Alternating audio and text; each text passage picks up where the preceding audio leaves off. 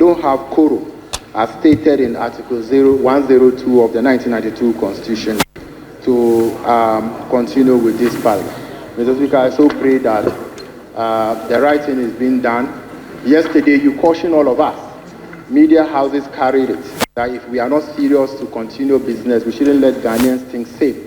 And at the moment, out of 276, we are only 70 in the chamber, and the Constitution have made it clear. So, Mr. Speaker, I urge you to apply the rules as stated in Article 102 of the 1992 Constitution. I rise not to challenge the appeal that has been made by my brother, the Member of Parliament for Tolong, except to say that, Mr. Speaker, I think that it is a huge indictment on the leadership of the House, especially my brother, who is also the Chief Whip, the Deputy Chief Whip, the Deputy Whip of the minority side. When I look on their side, I do not see their members present, Mr. Speaker.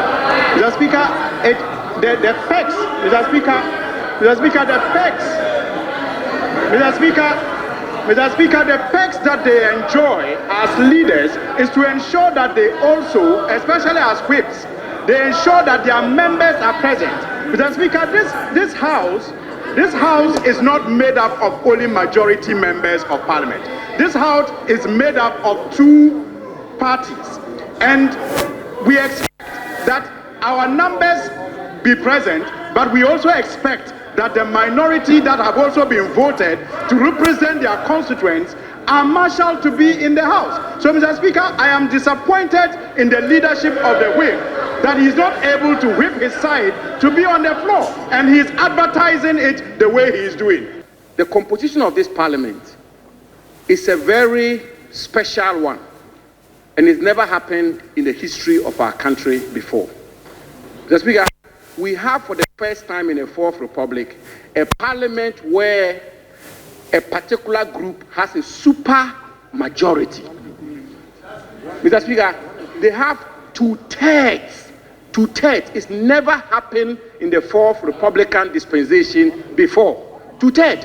Mr. Speaker, of the 276 members of Parliament, the majority side, the NDC side, has 189 members of Parliament. Mr. Speaker, you are as old as this Parliament, as this legislature. Mr. Speaker, it's never happened before.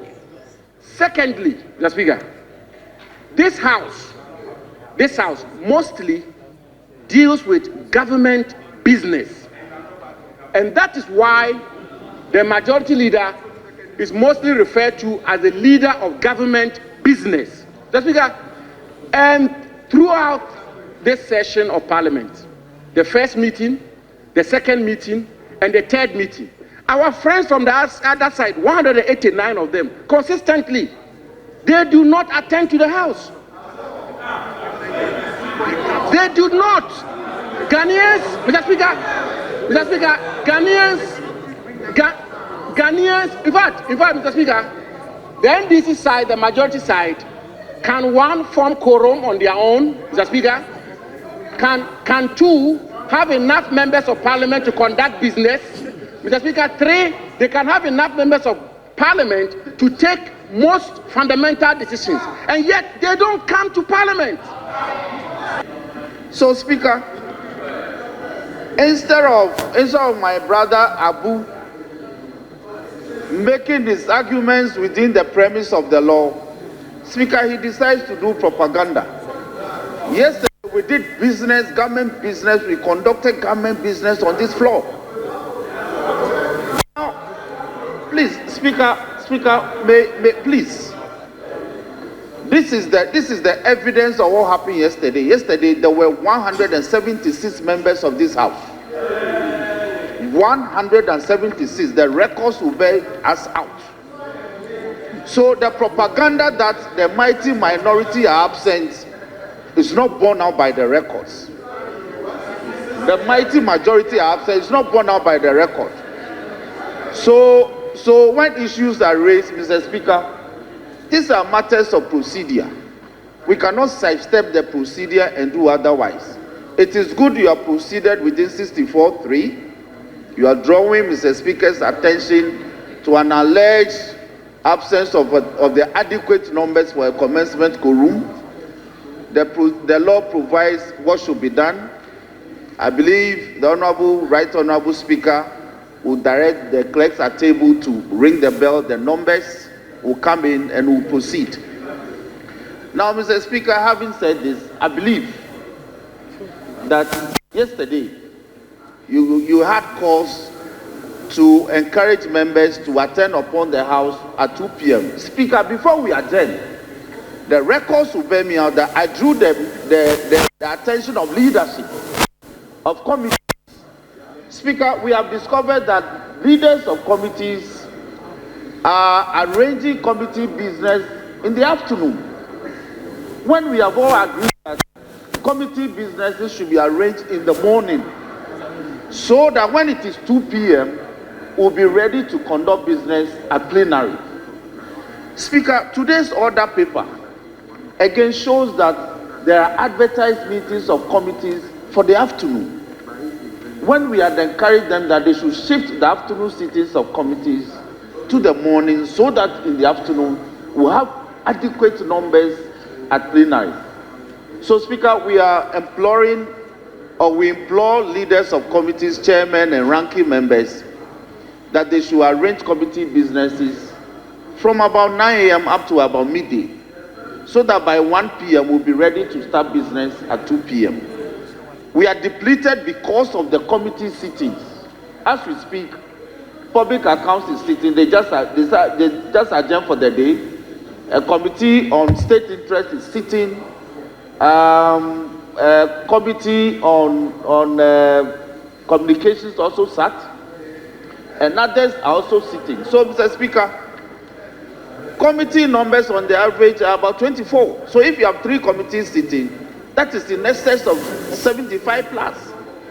So we encourage the committee members to conduct business in the morning, so that in the afternoons we'll be ready. But, Mr. Speaker, I can assure my brother that we have the numbers to start business. The bell has gone, and they'll be here. You have permitted me to give effect to our standing orders by directing the clerks at table to cause the bell to be rung.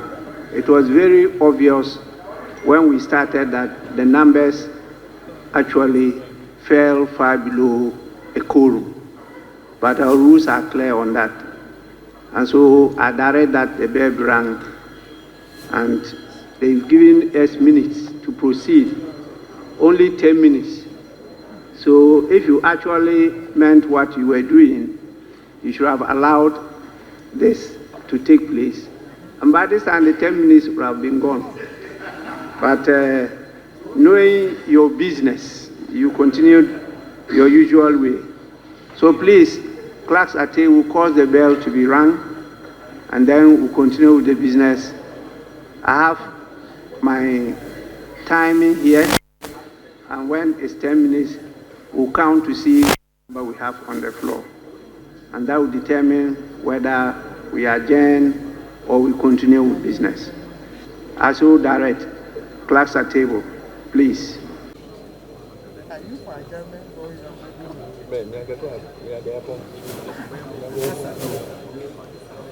Stop the movement. It's making it difficult for us to take the count. The clerk has submitted a number to me after taking the count. And the number I have here is 103. 103.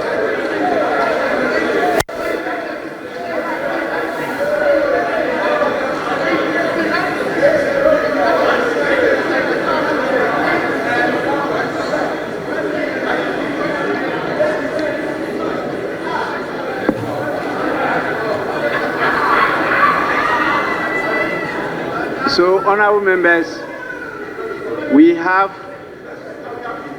a quorum to proceed with the business of the House.